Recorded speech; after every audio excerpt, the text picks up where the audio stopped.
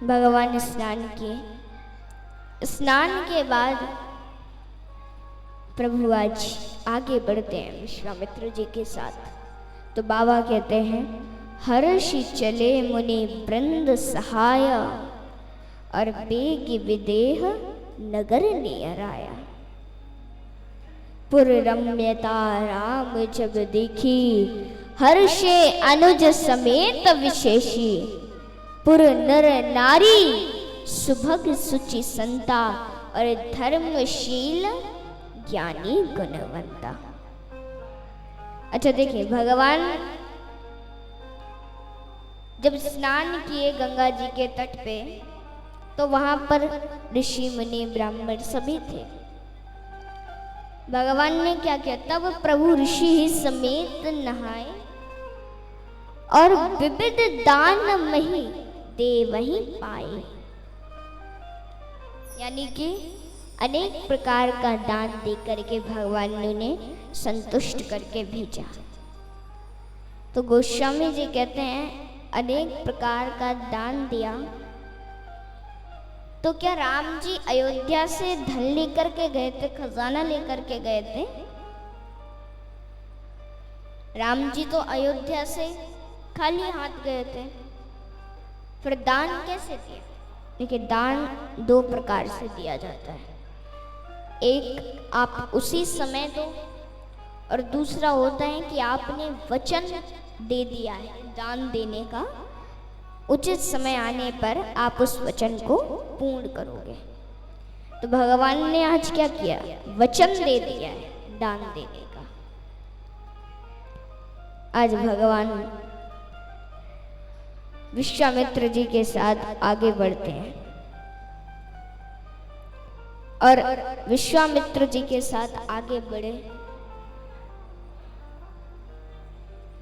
तो कहते हैं कि आज जनकपुर के पास भगवान पहुंचते हैं। विश्वामित्र जी मन में सोचते हैं कि अरे, ये राम जी और लक्ष्मण जी, इनका निमंत्रण नहीं है, परंतु हम इनको ले आए हैं। लेकिन यदि हम सीधा जनकपुर में प्रवेश कर गए और महाराज ने मना कर दिया तो क्या होगा? इसीलिए हम इनको भीतर लेकर के जनकपुर में लेकर के नहीं जाएंगे। विश्वामित्र जी ने सोचा, क्या किए कि जनक जी के जो जनकपुर के पास में ही एक आम का बाग था, बगीचा, उसी में ठहर गए। और क्या किया कि विश्वामित्र जी ने दूत द्वारा जनक जी को सूचना पहुंचवाई, मतलब हम आए हैं और आम के बगीचे में हैं। जनक जी आज सुनते हैं सूचना को सुने तो जनक जी महाराज आज सभी को लेकर के पहुंचते हैं विश्वामित्र जी के पास। घटों को लेकर के, विप्र देवों को लेकर के, सबको लेकर के पहुंचे। और गोस्वामी जी कहते हैं, विश्वामित्र महामुनि आए, समाचार मिथिलापति पाए। सिया राम सिया राम जय जय राम, राम सिया राम सिया राम जय जय राम। हो विश्वामित्र महामुनि आए, समाचार मिथिलापति पाए।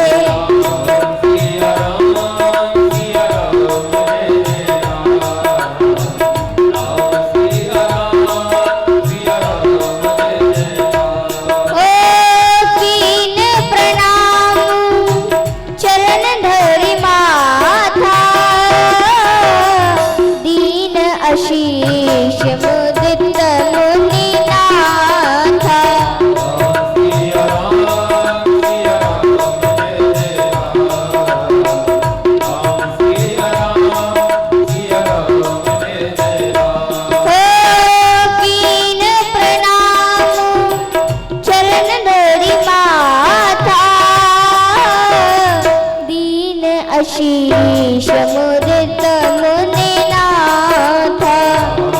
सिया राम जय राम। सिया राम जय राम। आज जैसे ही जनक जी महाराज सुनते हैं कि विश्वामित्र जी आए हैं, महामुनि आए हैं, आज जनक जी महाराज सचिवों को, घटों को, विप्र समाज को लेकर के विश्वामित्र जी के पास पहुंचते हैं। जाकर के चरणों में बारंबार प्रणाम किया, वंदन किया, कुशल क्षेम पूछकर आज विश्वामित्र जी और जनक जी महाराज बैठे। यहाँ पर एक बात समझिएगा कि जब जनक जी महाराज आए थे उस समय राम जी और लक्ष्मण जी वहां पर नहीं थे। विश्वामित्र जी के पास कहाँ गए थे? फुलवारी देखने। राम जी लक्ष्मण जी सोचे गुरु जी आए हैं, यज्ञ करेंगे तो यज्ञ में लकड़ियां चाहिए होंगी, पुष्प चाहिए होगा, जल चाहिए होगा, तो तनिक देख करके आते हैं इन सब की व्यवस्था कहाँ है, तनिक देखते हैं हम भी। सो आज दोनों भाई उसी को देखने गए थे। तब तक विश्वामित्र जी के पास जनक जी महाराज आ गए। आज जनक जी महाराज विश्वामित्र जी बैठे हैं। एक बात को समझिएगा, जहां पर जनक जी और विश्वामित्र जी जैसे ज्ञानी लोग बैठे होंगे, वहां जगत की चर्चा होगी कि जगदीश की चर्चा होगी।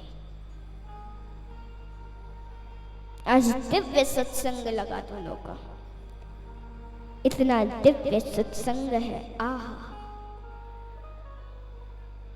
और उसी सत्संग के मध्य में राम जी और लक्ष्मण जी आ गए। जैसे ही जनक जी महाराज ने राम जी को देखा, सारा का सारा ज्ञान भूल गए, सारा का सारा ज्ञान धरा का धरा रह गया, सब कुछ भूल गए। विश्वामित्र जी से कहते हैं, गुरुदेव सत्संग बंद करिए, सत्संग बंद करिए। प्रभु ये जनक आज पहली बार आपको सत्संग बंद करने के लिए बोल रहा है। प्रभु सत्संग बंद करिए।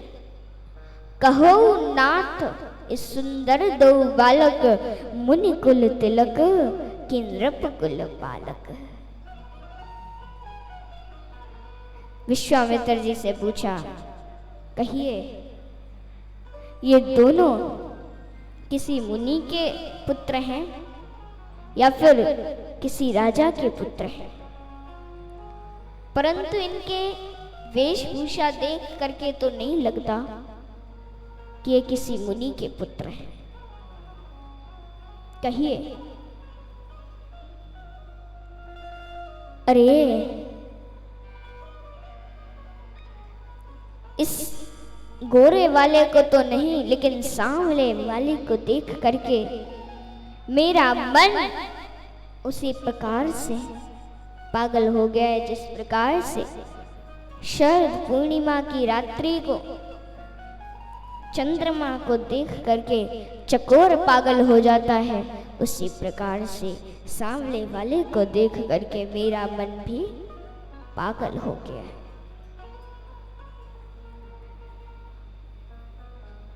आज जनक जी कहते हैं कि गुरुदेव मुझे तो ऐसा लगता है कि कहीं इनके रूप में साक्षात पर ब्रह्म ही तो मेरे सामने नहीं आ गए हैं।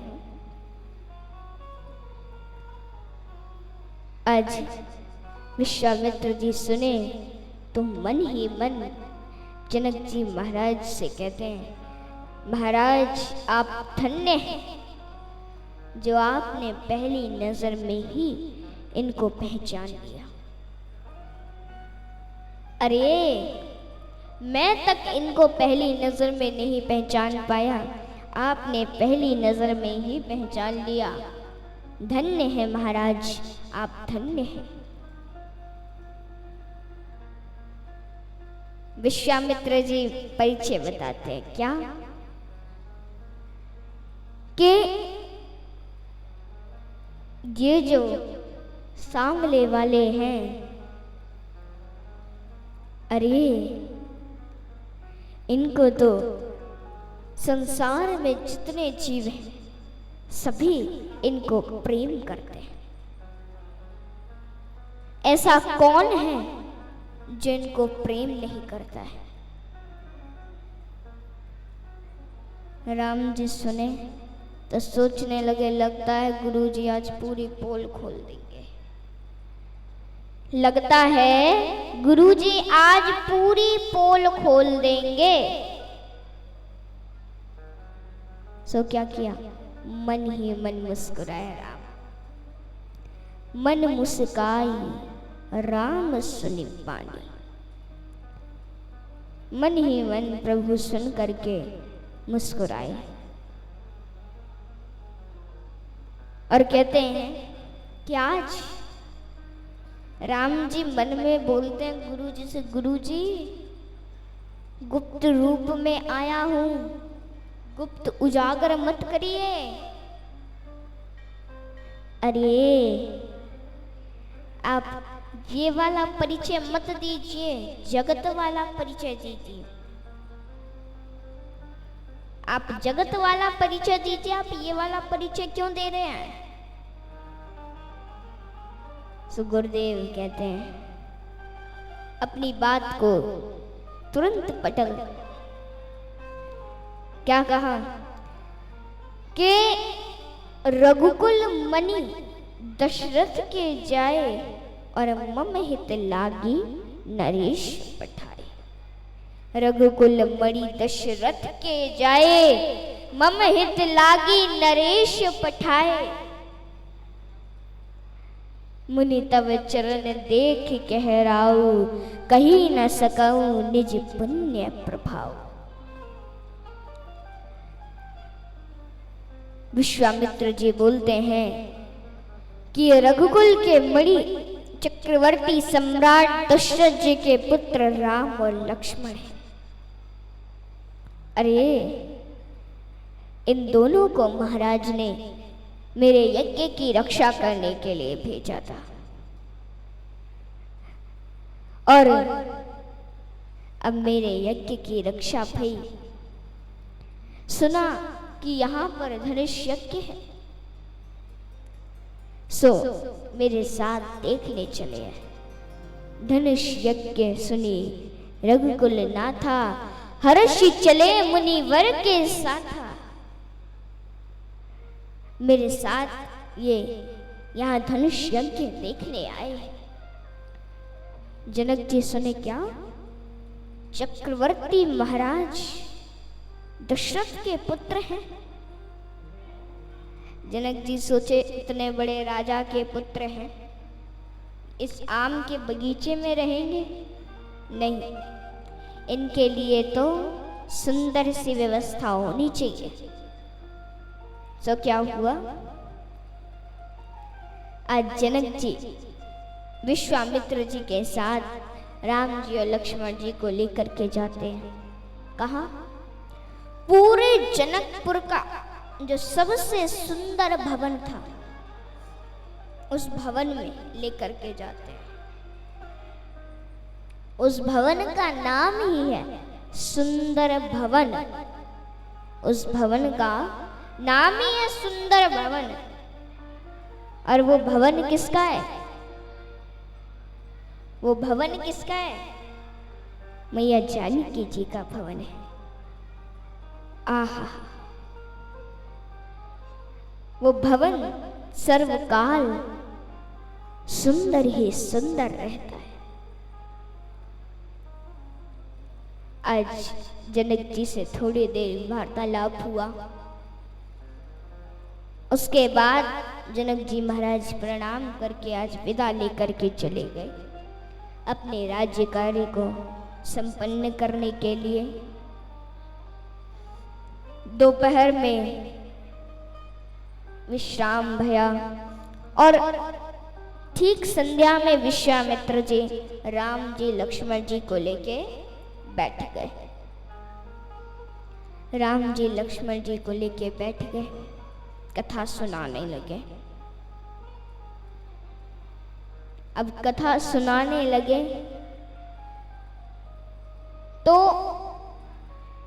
राम जी लक्ष्मण जी सोचते हैं, हमने तो सोचा था जनकपुर जाएंगे तो वहाँ पे थोड़ा आसपास घूम करके आएंगे। यहाँ तो घूमने का कोई नामो निशान भी नहीं है। गुरुदेव तो कथा सुनाने लग गए। अब राम जी तो जैसे तैसे मन लगा के कथा सुन रहे हैं, लेकिन हमारे लखनलाल सरकार का मन कथा में थोड़ी है,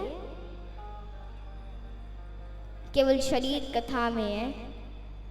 राम जी हाथ जोड़ करके बोले, क्षमा करना गुरुदेव, लेकिन हमारे लखनलाल सरकार का जो मन है ना वो कथा में नहीं है। गुरुदेव ने कहा, फिर मन कहाँ गया? बोले, मन तो गया है जनकपुर घूमने और शरीर यहाँ कथा में है। बोले, अच्छा। राम जी बोले, गुरुदेव ये लखनलाल सरकार जनकपुर घूमना चाहते हैं, परंतु डर के मारे बोल नहीं रहे हैं। गुरुदेव सुने, गुरुदेव समझ गए कि राम जी क्या कर रहे हैं। राम जी जनकपुर देखना नहीं चाहते, जनकपुर वासियों को अपना दर्शन कराना चाहते हैं। गुरुदेव से कहते हैं, गुरुदेव लखनलाल सरकार को ये अकेले भेजने योग्य तो है नहीं। गुरुदेव से कहा, ये अकेले भेजने योग्य तो है नहीं, और यदि आप मुझसे पूछोगे तो मैं भी यही बोलूँगा। तो यदि आपकी अनुमति हो तो मैं इनको लेकर के जाता हूँ, मेरी गारंटी है, क्योंकि पता नहीं कहाँ तो ये धनुष निकाल लें, इसीलिए हम लेकर के जाते हैं। गुरुदेव ने कहा, ठीक है जाइए। आज क्या किया? अनुमति दे दी। जाई देखी आवहीं, नगर सुख निदान दो भाई, करहु